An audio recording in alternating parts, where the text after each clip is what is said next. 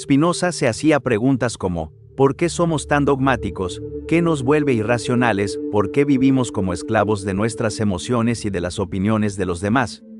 Spinoza fue uno de los primeros defensores ilustrados de una democracia real y el primero en criticar seriamente la Biblia como un simple texto. Fue vilipendiado por su supuesto ateísmo y excomulgado de la comunidad judía en la que vivía. A pesar de ser marginado, buscó durante toda su vida lo que llamó el bien verdadero. Quería descubrir cómo vivir una vida ideal y virtuosa, cómo, en última instancia, ser libre. Antes de entrar en lo más interesante, debemos trazar el mapa de la idea que Spinoza tenía del universo. Solo entonces podremos comprender nuestro lugar en él. Si pudieras condensar la metafísica de Spinoza en una sola frase, sería esta: el ser es uno. Dicho de otro modo, lo múltiple es uno.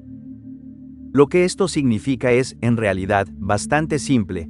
Todo, nosotros, el bosque, los animales, las estrellas y las leyes de la física, son muchas cosas que forman parte de una sola cosa, la naturaleza. Muchas veces pensamos en nosotros mismos como independientes, como separados, pero también sabemos que no lo somos. Sabemos que estamos hechos de átomos, sabemos que necesitamos comida, agua, oxígeno y energía del exterior para sostener esos átomos.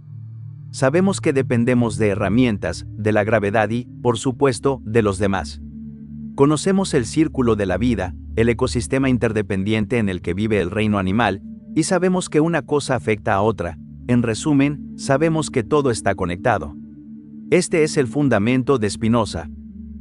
Spinoza quiere exponer esta idea de manera lógica y representarla en una especie de patrón matemático, para que podamos usarla como base para construir ideas más complejas. Así que, en lugar de muchas cosas y una sola naturaleza, dice que hay tres partes del universo: sustancia, atributos y modos. Normalmente entendemos las sustancias como las distintas cosas que componen el universo, es decir, aquello de lo que están hechas las cosas, y los atributos son las maneras en que experimentamos las sustancias. Spinoza dice que hay dos atributos que conocemos: la extensión y el pensamiento. Existen árboles materiales reales y las ideas de los árboles en nuestra mente. En otras palabras, un modo es la forma o figura que adopta la sustancia. Pero Spinoza quiere ser más preciso. Una sustancia, dice, si ha de definirse correctamente, debe ser algo independiente. Spinoza da la siguiente definición: por sustancia, entiendo aquello que es en sí y se concibe por sí, es decir, aquello cuyo concepto no necesita formarse a partir del concepto de otra cosa. Tomemos una hoja, por ejemplo. Esta solo sería una sustancia si fuera independiente, si se concibiera por sí misma, si no tuviera que formarse a partir de otra cosa, pero no lo es, depende de la rama y del árbol.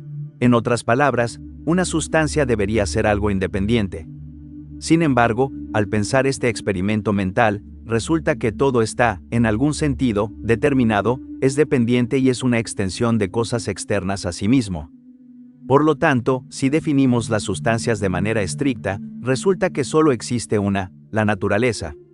Los árboles, las personas, las plantas y los animales son todos modos diferentes, formas distintas de la sustancia. Para Spinoza, la naturaleza es Dios. Él lo pensaba así: Dios se supone que es infinito, todopoderoso, omnipresente, omnisciente, legislador y dador de leyes. Pero si ese es el caso, no puede estar fuera de la naturaleza. Si no forma parte de la naturaleza, si no está en todas partes a la vez, no puede ser omnipresente ni infinito. Para serlo, debe formar parte de todo, sin que nada sea separable de él. Las leyes últimas eran la gravedad, las matemáticas, las leyes de la física, de la causa y el efecto, así que, para Spinoza, Dios, al conocerlo todo, verlo todo y determinarlo todo, no debía solo formar parte de esas leyes, sino ser esas leyes, como si fueran una extensión de su propio cuerpo.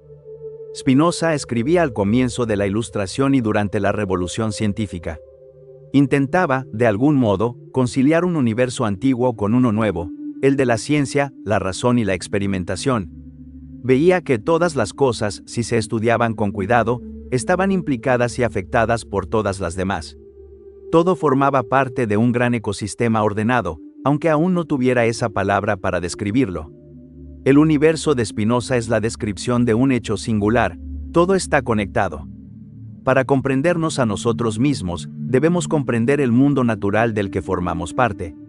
Existe una expresión que aparece a menudo en las discusiones académicas sobre el universo de Spinoza, la idea de que éste se despliega.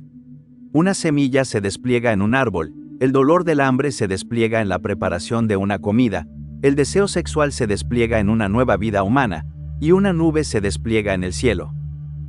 Spinoza dice: podemos conceptualizar, trazar y mapear líneas a través de nuestros apetitos, acciones e ideas. Estos están causados por algo anterior a ellos, y a su vez fueron causados por algo anterior a eso. Escribe que, el niño cree que desea libremente la leche, el niño colérico cree que desea libremente la venganza, y el tímido cree que desea libremente huir. El borracho cree que es por una libre decisión de la mente que dice cosas de las que, cuando se le pasa la borrachera, se arrepiente. Esto nos obliga a enfrentarnos a la siguiente proposición: no somos realmente libres. Para Spinoza, todas las evidencias apuntan en esa dirección. En la mente no existe una voluntad absoluta o libre, sino que la mente está determinada a querer una cosa, u otra, por una causa que, a su vez, está determinada por otra, y esta por otra, y así hasta el infinito. Solo creemos que somos libres porque nuestra conciencia se sitúa entre una de esas causas y sus efectos, por ejemplo, entre el dolor del hambre y la decisión de comer. Vemos el efecto de algo como el hambre o el deseo y lo interpretamos como una volición, como una acción voluntaria. Sin embargo, rara vez reflexionamos sobre la larga cadena de causalidad. Solo porque observamos nuestros propios apetitos, ideas y acciones cuando entran y salen de nuestra mente, creemos que somos libres. La conciencia, en otras palabras, está sentada en la cima de la cascada, observando cómo el material mental pasa por encima. La forma en que las cosas, modos, objetos, nosotros, ideas, son afectadas por otras cosas depende de la naturaleza de cada cosa. El pájaro afecta al árbol de una manera distinta a como lo hace la lluvia, pero todo afecta a todo lo demás de alguna forma específica.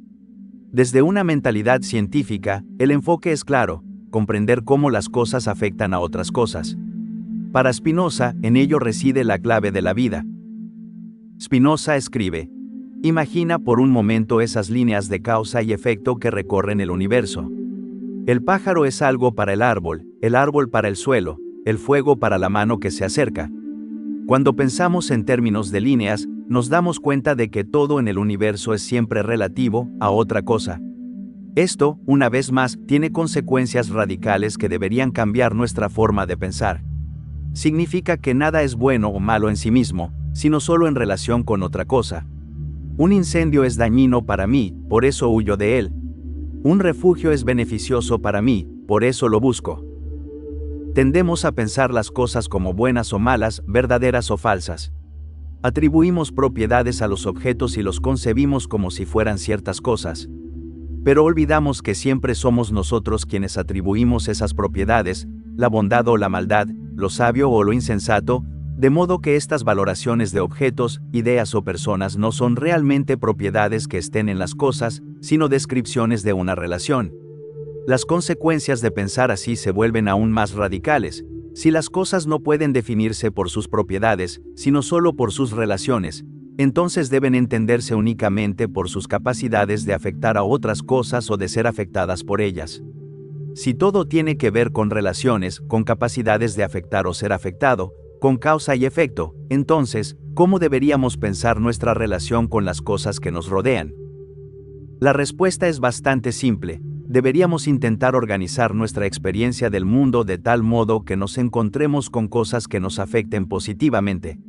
Las cosas que llamamos buenas, aquellas cuya relación con nosotros nos afecta de manera beneficiosa, naturalmente nos gustan, las aprobamos, queremos más de ellas. Por eso, Spinoza ve la bondad y la perfección como sinónimos. Pero aún más que eso, dice que por perfección y bondad simplemente entiende existir. Por ejemplo, una casa que existe durante más tiempo es más perfecta que una que es destruida por una tormenta. Una persona que vive más tiempo tiene un cuerpo más perfecto que quien muere por una enfermedad. Una planta que nos da más energía es más perfecta que una que no lo hace. Las cosas, en general, quieren existir durante el mayor tiempo posible, Así que aquello que contribuye a que una cosa logre eso es más perfecto en su relación con ella que algo que no lo hace. Spinoza dice, a todo aquello que nos ayuda a alcanzar esa perfección lo llamaremos bueno, y a todo aquello que nos impide alcanzarla, o no nos ayuda a hacerlo, lo llamaremos malo. Y tratamos de ordenar nuestras ideas del mundo de ese mismo modo, de tal manera que alcancemos esa perfección, después de que los hombres comenzaron a formar ideas universales y a concebir modelos de casas, edificios, torres, y a preferir unos modelos de cosas a otros, ocurrió que cada uno llamó perfecto a aquello que veía concordar con la idea universal que había formado de ese tipo de cosa, e imperfecto a lo que no concordaba. Así que las líneas de causa y efecto recorren todo, y todo tiene distintas capacidades de ser afectado por otras cosas y de afectar a otras cosas. Nuestros sentimientos de tristeza, ira, miedo, hambre, irritación, estrés, ansiedad o frustración son señales de que algo nos está afectando de manera negativa, de que estamos pasando a un estado menor de perfección. Spinoza llama a los sentimientos, emociones y pasiones, los afectos, porque nos afectan. Piensa que todas las emociones se reducen a tres, de las cuales derivan todas las demás: la alegría, la tristeza y el deseo. Y todas están relacionadas con la idea de perfección. La alegría es la experiencia de que nuestra condición mejora, la tristeza, de que empeora. La ira, el miedo, el hambre, sentir frío, son todos afectos tristes, mientras que el amor o la confianza son ejemplos de los afectos alegres. De nuevo, es la relación lo que debemos tener en cuenta. Intentamos organizar nuestras vidas racionalmente en torno a la frecuencia con la que encontraremos, usaremos o evitaremos estas cosas. Queremos el refugio para más calor y menos lluvia. Queremos buenas ideas sobre cómo criar a nuestro hijo y elegir nuevos pasatiempos. En otras palabras, queremos evitar las cosas que nos enferman. Entonces, ¿cómo se relaciona todo esto con la gran idea de Spinoza, aquello que pasó toda su vida intentando descubrir, encontrar lo que llamó el bien verdadero? Primero, Spinoza es un individualista virtuoso. Eso significa que lo que es bueno y malo para nosotros, individualmente, guía lo que hacemos, cómo pensamos y actuamos. Decía que la razón exige que cada uno se ame a sí mismo, busque su propio beneficio y, en absoluto, que cada uno se esfuerce por conservar su propio ser en la medida de lo posible. A esto lo llamó el conatus de un organismo, que define de diversas maneras en distintos momentos como el esfuerzo, el empeño, la tendencia, la fuerza y el poder de actuar del organismo. Todo organismo se esfuerza por aumentar su conatus, por existir durante más tiempo, por alcanzar un mejor estado de perfección. Dice simplemente que cada cosa, en la medida en que puede por su propio poder, se esfuerza por perseverar en su ser. Debido a nuestro conatus, deseamos las cosas que aumentan nuestro bienestar, comida, sexo, amor, refugio, buenas ideas, y sentimos aversión por aquellas que lo disminuyen, veneno, violencia, enfermedades y sufrimiento. Por supuesto, tenemos esos impulsos naturales, algunas cosas son mejores para nosotros y otras no. El conatus necesita comprender, entender, para aumentar su poder de actuar correctamente y vivir más tiempo. Por eso Spinoza es racionalista, para él, el entendimiento es la clave de todo. Los afectos, las pasiones y las emociones, en cambio, son pasivos, nos ocurren, nos arrastran. Actúan como el viento que empuja una vela, o como una ola que golpea un barco. Sentimos que una idea es buena y la llevamos a cabo, sin comprender aún por qué lo hacemos ni qué efectos reales tendrá.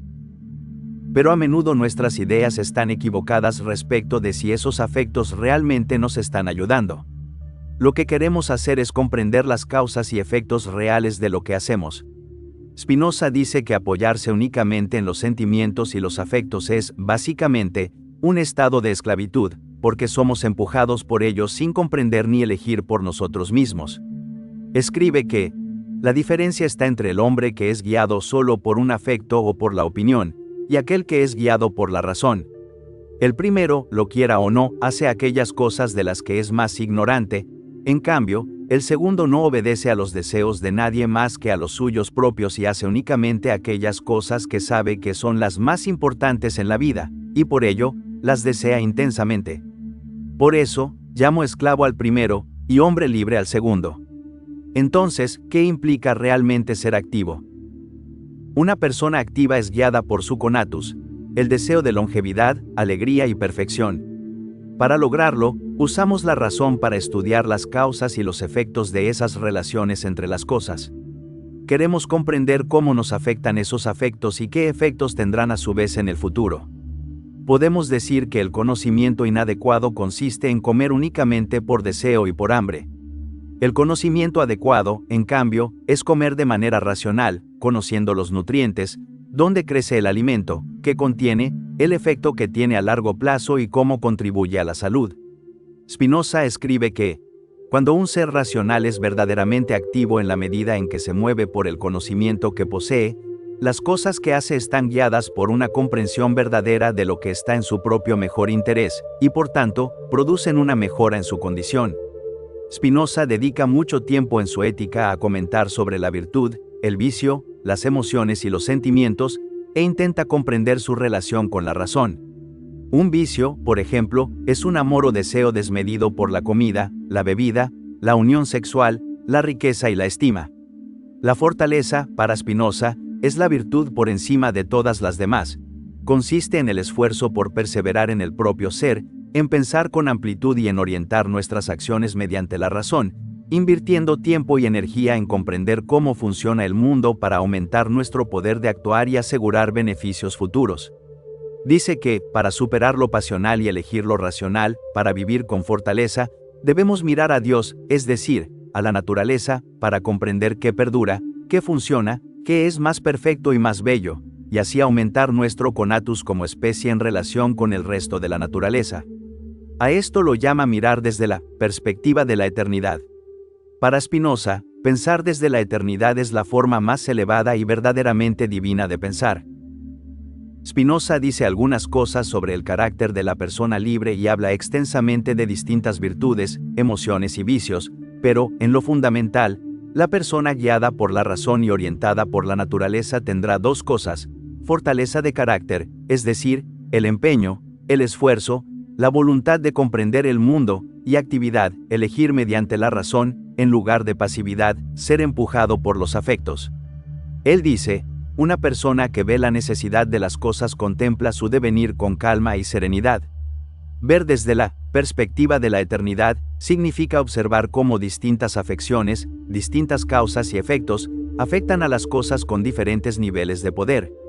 Spinoza dice, si separamos una emoción o afección del pensamiento de una causa externa y la unimos a otros pensamientos, entonces el amor o el odio hacia la causa externa se destruye, así como la inestabilidad mental que surge de esas afecciones. Lo mismo se aplica a nuestras propias emociones negativas, a nuestros propios problemas. Debemos tener conocimiento de sus causas y de sus efectos, de lo contrario, somos esclavos de ellos. Porque, en última instancia, queremos aumentar las afecciones alegres y disminuir las negativas. Si sigues este consejo, dice Spinoza, saldrás de la confusión de las afecciones. Dejarás de perderte entre los árboles y podrás contemplar el bosque entero, el panorama de la eternidad. La ética de Spinoza se ha aplicado a muchos ámbitos, pero todo se reduce a esto, reflexionar sobre las causas de las cosas. Pero quizá te preguntes, ¿qué tiene que ver todo esto con la moralidad? Su obra más famosa se llama Ética, después de todo. La visión del mundo de Spinoza puede parecer, a primera vista, bastante centrada en uno mismo. Para él, la moral solo puede fundamentarse en un hecho básico, que todo organismo, todo ser, se esfuerza por aumentar su propio conatus. La moralidad o benevolencia de Spinoza se apoya en la idea de que es racionalmente sabio rodearse de personas sensatas, ya que éstas, dice él, querrán esencialmente las mismas cosas unas que otras. Por eso afirma, no hay nada más útil para el hombre que el hombre. Los hombres, repito, no pueden desear nada más provechoso para conservar su existencia que el hecho de que todos estén en tal armonía que las mentes y los cuerpos de todos sean como una sola mente y un solo cuerpo, que todos, juntos, se esfuercen lo más posible por conservar su existencia, y que todos, juntos, busquen para sí la ventaja común de todos. Tal como aprendemos de Spinoza, alguien que está guiado únicamente por su amor a la libertad para moderar sus afecciones y apetitos se esforzará al máximo por conocer las virtudes y sus causas, y por llenar su mente con la alegría que proviene del conocimiento verdadero de ellas. No pensará en los vicios de los hombres, ni los despreciará, ni obtendrá placer en exhibir una apariencia de hombre libre. Si observas cuidadosamente estas cosas, no son difíciles, y las practicas con regularidad, pronto podrás dirigir la mayoría de tus acciones según el mandato de la razón,